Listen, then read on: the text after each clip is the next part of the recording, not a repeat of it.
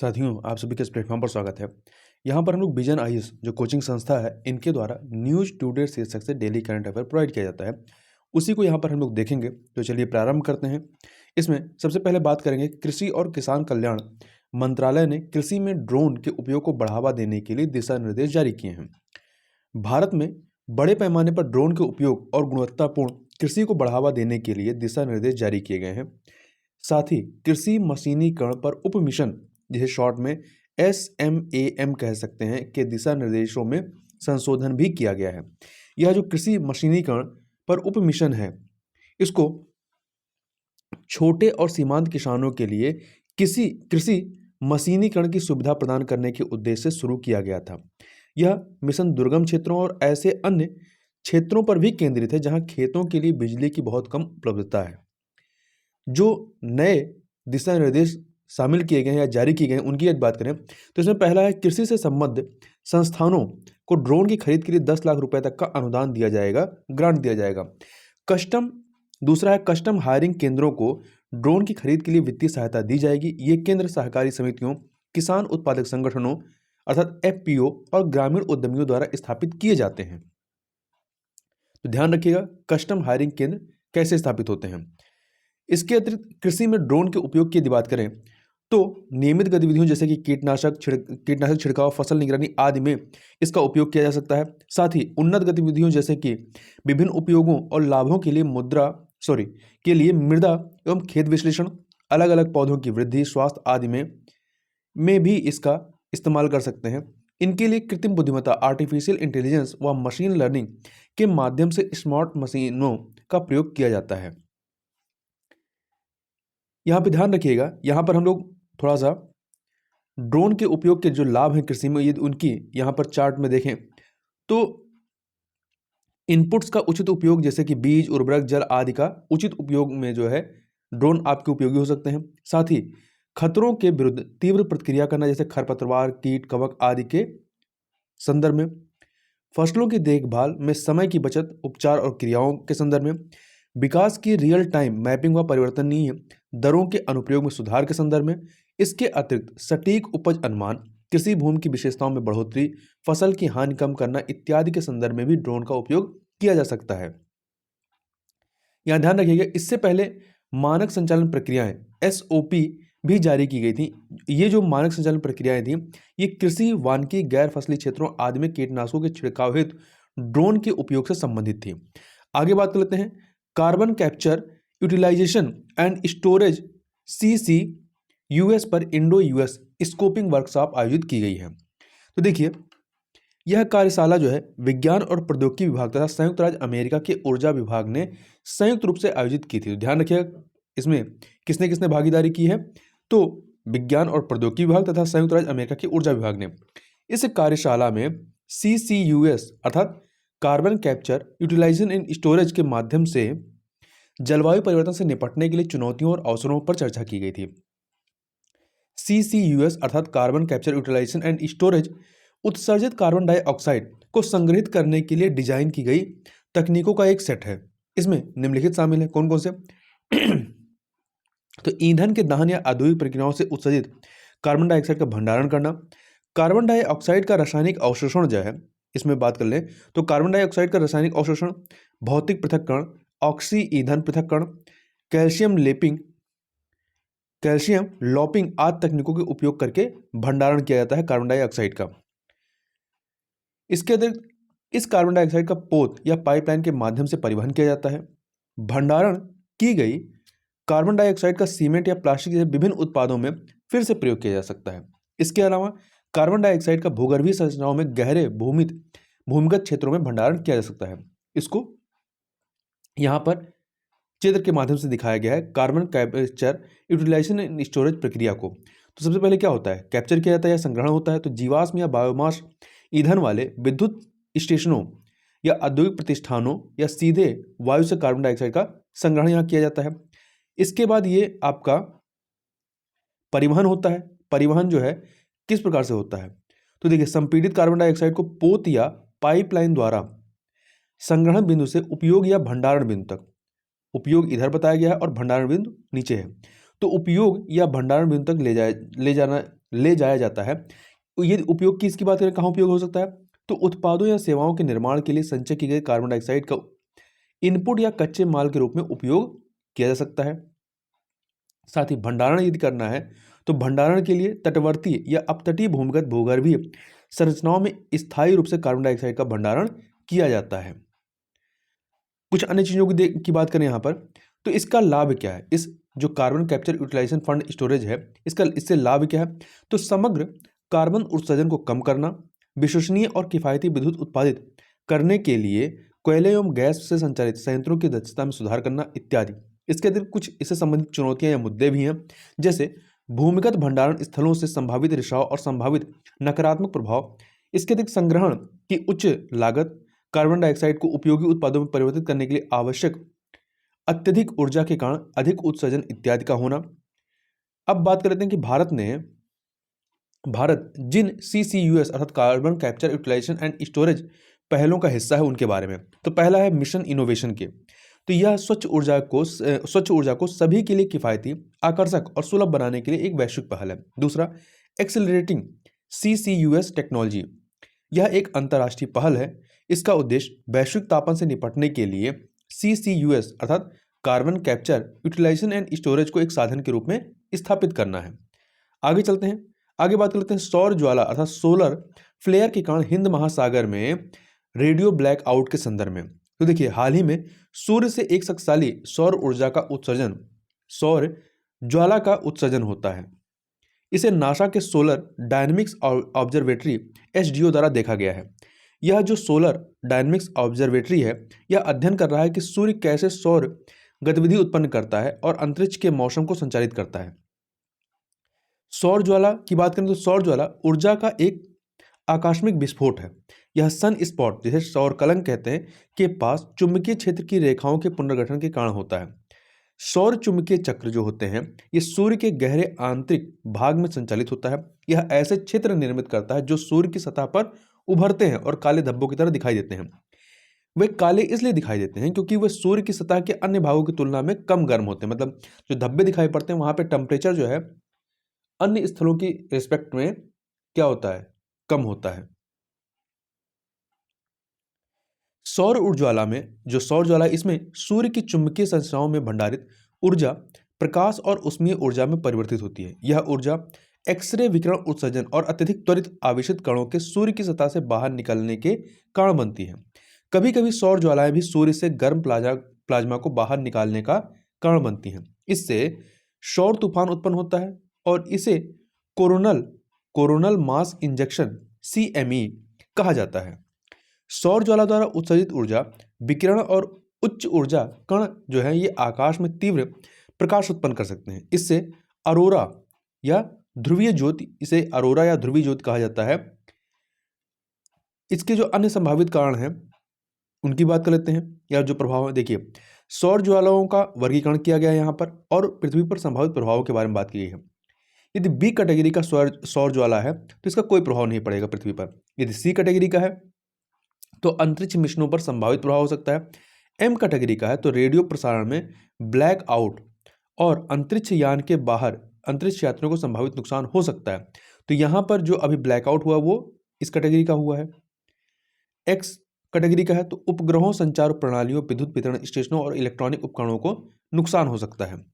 आगे चलते हैं, आगे बात करते हैं। राष्ट्रीय हरित अधिकरण या प्राधिकरण NGT ने सरकार से फ्लाई ऐश के उपयोग की निगरानी के लिए एक निकाय गठित करने का आदेश दिया। यहाँ ध्यान रखिएगा, राष्ट्रीय हरित अधिकरण या प्राधिकरण NGT की स्थापना कैसे हुई थी? NGT एक्ट 2010 के माध्यम से अक्टूबर 2010 में इसकी स्थापना हुई थी।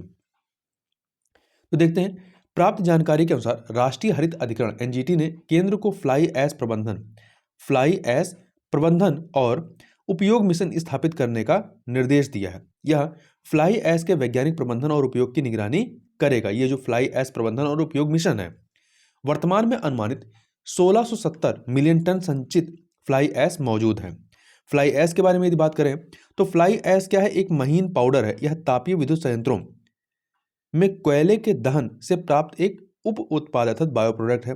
इसकी संरचना की बात करें तो इसमें पर्याप्त मात्रा में सिलिका, एल्युमिनियम और कैल्शियम के ऑक्साइड होते हैं, पर्याप्त मात्रा में, परंतु बहुत कम मात्रा में इसमें शिल, आर्सेनिक, बोरान, क्रोमियम, सीसा आदि की भी मात्रा इसमें पाई जाती है, परंतु कम मात्रा में पाई जाती है। ध्यान रखिएगा, इसमें ये चीज़ें मिलती हैं।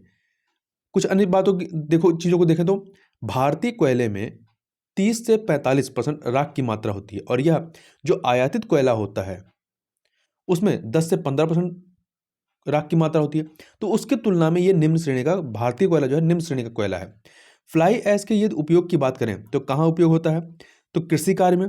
तो ये जो होते हैं जल धारण क्षमता और मृदा के वातन या वायु संचरण में सुधार कर सकते हैं। दूसरा, निर्माण कार्य में, तो पोर्टलैंड सीमेंट, ईंट, टाइल्स आदि के निर्माण में इसका इस्तेमाल हो सकता है। आवेशकों, अवशोषकों के निर्माण में, तो इसके तहत क्या होता है, अवशिष्ट गैसों, पेयजल आदि के शुद्धिकरण के लिए भी इसका इस्तेमाल किया जा सकता है।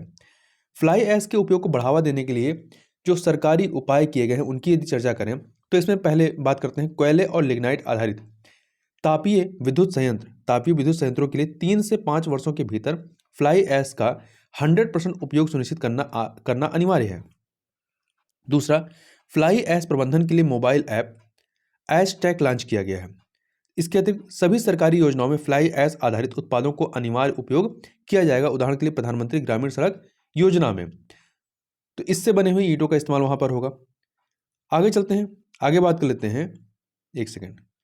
प्रशासन ने स्पष्ट किया है कि मुंबई की घटना में अग्निशमन प्रणाली असफल रही और सुरक्षा मानकों की अनदेखी की गई। अभी हाल ही में मुंबई में एक बहुमंजिला इमारत में आग लगने की एक और घटना घटित हुई है। इसने भारत में इमारतों में लगने वाली आग और उनके सुरक्षा संबंधी ढांचे पर फिर से ध्यान केंद्रित किया है। भारत में शहरी आग के प्रति सुविधता या वल्नरेबिलिटी की यदि बात करें तो शहरी आग से तात्पर्य क्या है, तो शहरी आग से तात्पर्य मुख्य रूप से शहरों या कस्बों में लगने वाली आग से है। यह लोगों की जीवन, संपत्ति और सार्वजनिक सुरक्षा के लिए एक बड़ा खतरा है। राष्ट्रीय अपराध रिकॉर्ड ब्यूरो एनसीबीआर के आंकड़ों के अनुसार वर्ष 2020 में आग लगने की 9,329 घटनाएं हुई थी। इनमें से 9,110 लोगों की मृत्यु हुई थी। इनमें से 57.6% मृत्यु जो है आवासीय भवनों में ही हुई थी। इसके कारण क्या रहे हैं इस प्रकार के जो दुर्घटनाएं हुई हैं, तो प्राकृतिक और मानवीय दोनों कारण हुए हैं। मानवीय में, प्राकृतिक में आकाशीय बिजली, भूकंप इत्यादि, और मानवीय समस्याओं कमियों में या इसमें क्या शामिल है, अनियोजित शहरीकरण, अग्नि दुर्घटनाएं इत्यादि हैं। भारत में अग्नि सुरक्षा के ढांचा के बारे में बात करें तो अग्निशमन सेवाएं जो हैं ये राज्य सूची का विषय है। तो इस फैक्ट को याद रखिएगा कि अग्निशमन सेवाएं किस में आती हैं, तो राज्य सूची में आती हैं। इसे संविधान की 12वीं अनुसूची में नगर पालिका के कार्य के रूप में शामिल किया गया है अनुच्छेद 243W के तहत। वर्ष 2003 में शहरी विकास मंत्रालय ने मॉडल बिल्डिंग उपनियम जारी किए थे। इनका उद्देश्य भवन सुरक्षा पर ध्यान केंद्रित करना और राज्य सरकारों का मार्गदर्शन करना था। तो कब किया गया था, वर्ष 2003 में मॉडल बिल्डिंग उपनियम। इसमें शामिल क्या है, इसमें मुख्य अग्निशमन अधिकारी की नियुक्ति करना, और यह जो है यह अधिकारी यह अग्नि सुरक्षा पर भवन योजनाओं की जांच और अनुमोदन या अस्वीकार करने के लिए यह जो है मुख्य अग्निशमन अधिकारी उत्तरदायी होगा। इसके अतिरिक्त भारतीय मानक ब्यूरो ने वर्ष 2016 में भारत की राष्ट्रीय भवन संहिता का 3रा संस्करण जारी किया था। इसका भाग 4 अग्नि की रोकथाम, जीवन सुरक्षा और अग्नि सुरक्षा पर विस्तृत प्रावधानों से संबंधित है। आगे बात कर लेते हैं, तो नेताजी सुभाष चंद्र बोस को उनकी 125वीं जयंती, कौन सी जयंती मनाई गई है, 125वीं जयंती पर राष्ट्र ने श्रद्धांजलि अर्पित की है। इनकी जयंती 23 जनवरी को मनाई जाती है। तो 23 जनवरी 2022 को जो है इनकी 125वीं जयंती थी, यह ध्यान रखिएगा। अब इनके संबंध में जो भी महत्वपूर्ण चीजें उनकी बात कर लेते हैं। तो देखिए, इस अवसर पर इंडिया गेट पर उनकी होलोग्राफिक प्रतिमा का अनावरण किया गया है। इसे बाद में ग्रेनाइट की मूर्ति से प्रतिस्थापित किया जाएगा। अब इनके विभिन्न पक्षों की चर्चा कर लें तो राजनीतिक जीवन की बात करें तो इन्होंने कलकत्ता नगर निगम के मुख्य कार्यकारी अधिकारी के रूप में कार्य किया था। साथ ही ये वर्ष 1938 में भारतीय राष्ट्रीय कांग्रेस के हरिपुरा अधिवेशन के अध्यक्ष चुने गए थे। इसके बाद वर्ष 1939 में त्रिपुरी कांग्रेस अधिवेशन एमपी में उन्हें फिर से अध्यक्ष निर्वाचित किया गया था, लेकिन गांधी जी के साथ असहमति के कारण इन्होंने अध्यक्ष पद का त्याग कर दिया था।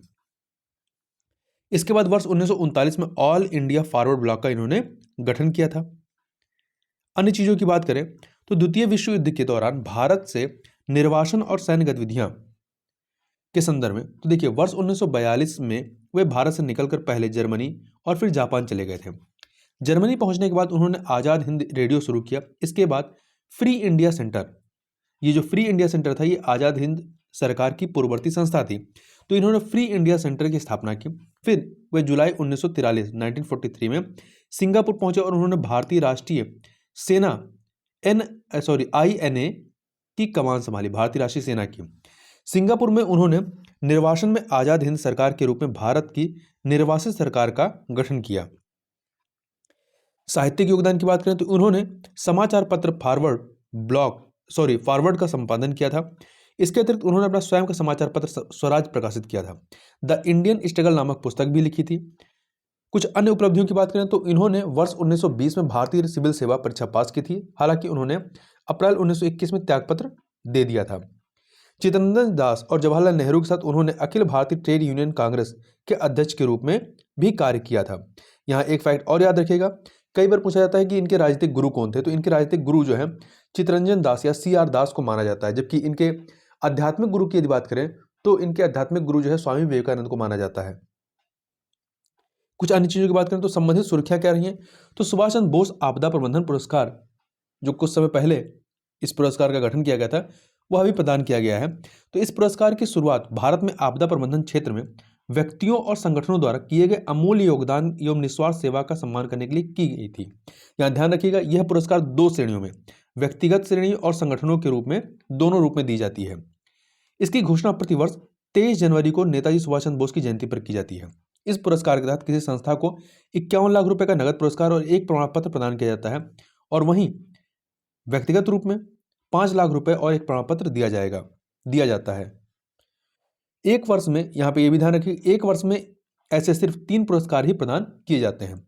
वर्ष 2022 के लिए जो संस्था या संगठन की श्रेणी में गुजरात आपदा प्रबंधन संस्थान को दिया गया, जबकि व्यक्ति की श्रेणी में या व्यक्तिगत श्रेणी में प्रोफेसर विनोद शर्मा का चयन किया गया है। आगे चलते हैं जो सुर्खियों में चीजें रही हैं। तो सबसे पहले बात करते हैं संधारिता विज्ञान पर अंतर्राष्ट्रीय सम्मेलन ICSS के बारे में। तो देखिए, हाल ही में संधारिता विज्ञान पर अंतर्राष्ट्रीय सम्मेलन ICSS के 8वें संस्करण का आयोजन किया गया है। कौन से संस्करण का? 8वें संस्करण का। यह शिक्षाविदों, नीति निर्माताओं और प्रैक्टिशनर्स के बीच इस बात पर रचनात्मक चर्चा को सुगम बनाएगा कि जैव विविधता आधारित समाधान सतत विकास में कैसे योगदान कर सकते हैं। दूसरा, जैव विविधता पर वर्ष 2020 के बाद के एजेंडे के वर्तमान अंतर्राष्ट्रीय विमर्श में इस सम्मेलन के परिणामों के शामिल होने की उम्मीद है। यह फ्रेमवर्क अगले दशक और उससे आगे के लिए जैव विविधता के संरक्षण एवं प्रबंधन हेतु लक्ष्यों व मार्गों को परिभाषित करेगा। ICSS अर्थात संधारिता विज्ञान पर अंतर्राष्ट्रीय सम्मेलन का आयोजन विभिन्न संस्थानों, संगठनों द्वारा किया जाता है। इसमें Convention on Biological Diversity, Secretariat, Institute of Future Initiatives, Tokyo University, Future Earth आदि शामिल हैं। अगला है, तालिबान और अफगान सिविल सोसाइटी ने ओस्लो वार्ता आरंभ की है। तो देखिए, इस वार्ता को नॉर्वे सुविधाजनक बना रहा है, और ये जो वार्ता हुई है वो नॉर्वे की राजधानी ओस्लो में हुई है। यह वार्ता अफगानिस्तान में मानवाधिकारों और मानवीय संकट पर केंद्रित है। अगस्त 2021 में 20 वर्ष बाद तालिबान की सत्ता में वापसी के बाद से अफगानिस्तान में मानवीय दशा काफी खराब हो गई है। 2001 में ये सत्ता से अपदस्थ कर दिए गए थे। आगे चलते हैं, भारत का पहला जिला सुशासन सूचकांक DGGI जारी किया गया है। तो देखिए, कहाँ पे किया गया है? जम्मू कश्मीर में। ठीक है, तो इस सूचकांक को जम्मू कश्मीर सरकार की सहभागिता में प्रशासनिक सुधार और लोक शिकायत विभाग ने तैयार किया है। इसे जम्मू और कश्मीर के 20 जिलों के लिए जारी किया गया है। इसमें जम्मू जिला जो है इस सूची में शीर्ष पर है। इसके बाद डोडा, सांबा, पुलवामा और श्रीनगर का स्थान है। ये जो आपका जिला सुशासन सूचकांक है DGGI, इसने जिला स्तर पर विभिन्न शासन और हस्तक्षेपों के प्रभाव की पहचान करने में मदद की है। इसने लक्षित हस्तक्षेपों के साथ जिला स्तर के शासन में सुधार के लिए भविष्य का एक रोड मैप भी प्रदान किया है। यह सभी राज्यों और संघ राज्य क्षेत्रों के लिए जिला स्तर पर शासन के समान मानकों हेतु रोड मैप उपलब्ध करवाएगा। आगे बात कर लेते हैं प्रधानमंत्री वाईफाई एक्सेस नेटवर्क इंटरफेस के बारे में, जिसे शॉर्ट में PM वानी कहते हैं। तो हाल ही में दूरसंचार विभाग के सचिव ने कहा कि सार्वजनिक वाईफाई हॉटस्पॉट 2 से 3 करोड़ रोजगार अवसर प्रदान कर सकते हैं। पीएमओआई का उद्देश्य सार्वजनिक वाईफाई हॉट स्पॉट प्रदाताओं के माध्यम से ब्रॉडबैंड सुविधा प्रदान करना है। इससे देश में वायरलेस इंटरनेट कनेक्टिविटी को बढ़ाने में मदद मिलेगी। पीएमओआई तंत्र जो है ये public data office PDO, public data office aggregator, app प्रदाता आदि सहित विभिन्न कार्यकर्ताओं के द्वारा संचालित किया जाएगा। वाईफाई पीडीओ अर्थात वाईफाई पब्लिक डेटा ऑफिस के माध्यम से प्रदान किया जाता है। पीडीओ या public data office aggregator PDO के अनुमोदन और लेखांकन की देखरेख करेंगे। आगे बात कर लेते हैं सामुदायिक संचरण के चरण के बारे में। तो ये बात की जा रही है भारतीय सार्स कोव जो कोविड-19 है इसके। तो सार्स कोव 2 जीनोमिक्स कंसोर्टियम ने हाल ही में कहा था कि ओमिक्रॉन अब भारत में सामुदायिक संचरण के चरण में है। ये जो आपका भारतीय सार्स कोव 2 जीनोमिक्स कंसोर्टियम है, यह सार्स कोव 2 में जीनोमिक विविधताओं की निगरानी के लिए प्रयोगशालाओं की एक सह व्यवस्था है। WHO के अनुसार सामुदायिक संचरण के निम्नलिखित प्रमाण हैं। पहला, मामलों की बढ़ती संख्या जानने के लिए संचरण की श्रृंखला के माध्यम से पुष्ट मामलों को संबद्ध करने में असमर्थता, या दूसरा, सेंटिनल सैंपल्स के माध्यम से पॉजिटिव टेस्ट बढ़ रहे हैं। इसके अतिरिक्त यह किसी व्यक्ति के अज्ञात संपर्क से संक्रमित होने को संदर्भित करता है। वह किसी वायरल संक्रमण के अन्य संक्रमित व्यक्ति के संपर्क में आने या महामारी से बुरी तरह प्रभावित देश की यात्रा करने से संक्रमित हो सकता है। आगे बात कर लेते हैं ट्रांजिटिंग एक्सोप्लैनेट सर्वे सैटेलाइट या शॉर्ट में TESS कह सकते हैं इसके बारे में। तो जी है TESS है, ट्रांजिटिंग एक्सोप्लैनेट सर्वे सैटेलाइट। इस मिशन ने ऐसे 3 ग्रहों का पता लगाया है जो खतरनाक तारों की परिक्रमा कर रहे हैं। ये जो TESS है यह एक मैसाचुसेट्स इंस्टीट्यूट ऑफ टेक्नोलॉजी या जो अमेरिका की इंस्टीट्यूट है MIT, इसके नेतृत्व में नासा का मिशन है। इसे निकटवर्ती अत्यधिक चमकीले तारों के आसपास हजारों बाहरी ग्रहों की खोज करने के लिए डिजाइन किया गया है। एक बाहरी ग्रह जो है ये सौरमंडल से बाहर का एक ग्रह होता है। अधिकतर बाहरी ग्रह अन्य तारों की परिक्रमा करते हैं, लेकिन कुछ बाहरी ग्रह तारों की परिक्रमा नहीं करते हैं। वे आकाशगंगा के केंद्र की परिक्रमा करते हैं और किसी भी तारे से संबंध नहीं होते हैं। ऐसे बाहरी ग्रह आवारा ग्रह कहलाते हैं। प्राइम मिशन, ये जो प्राइम मिशन है ये सूर्य के समीप क्षेत्र में 2 वर्षों के सर्वेक्षण के लिए मिशन भेजा गया था। तो प्राइम मिशन जुलाई 2020 में समाप्त हो गया था। जो TESS है, TESS ट्रांजिटिंग एक्सोप्लैनेट सर्वे सैटेलाइट, ये जो है इस मिशन का विस्तार किया गया है। ठीक है, आगे चलते हैं वर्ष 1922 का गुजरात आदिवासी नरसंहार के बारे में। तो देखिए, गणतंत्र दिवस पर गुजरात राज्य की झांकी में वर्ष 1922 के भील आदिवासियों के अंग्रेजों द्वारा किए गए नरसंहार को प्रदर्शित किया जाएगा। यह नरसंहार साबर काठा जिले के पाल, चितरिया और दढ़ वाव गांव में हुआ था। इन स्थानों पर मोतीलाल तेजावत किसके नेतृत्व में? मोतीलाल तेजावत के नेतृत्व में आदिवासी एकत्र हुए थे। वे ब्रिटिश और सामंती स्वामियों द्वारा लगाए गए भू राजस्व कर का विरोध कर रहे थे। यहाँ ब्रिटिश मेजर HG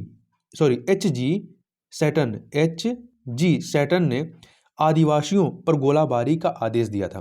भूमि राजस्व कर का विरोध कर रहे थे, मतलब का आदेश दिया था। राजस्थान में जन्मे मोतीलाल तेजावत बिजौलिया आंदोलन से भी प्रेरित थे। इसके अतिरिक्त उन्होंने आदिवासियों के साथ एकता आंदोलन शुरू किया था। इसका उद्देश्य सरकार और जमींदारों द्वारा भीलों के सभी प्रकार के शोषण का विरोध करना। तो ध्यान रखिए, गुजरात का जो 1922 गुजरात का आदिवासी नरसंहार था, इसके नेतृत्वकर्ता कौन थे? तो मोतीलाल तेजावत थे। आगे चलते हैं सुर्खियों में राजस्थान में। तो इसमें पेरू है जिसकी राजधानी क्या है?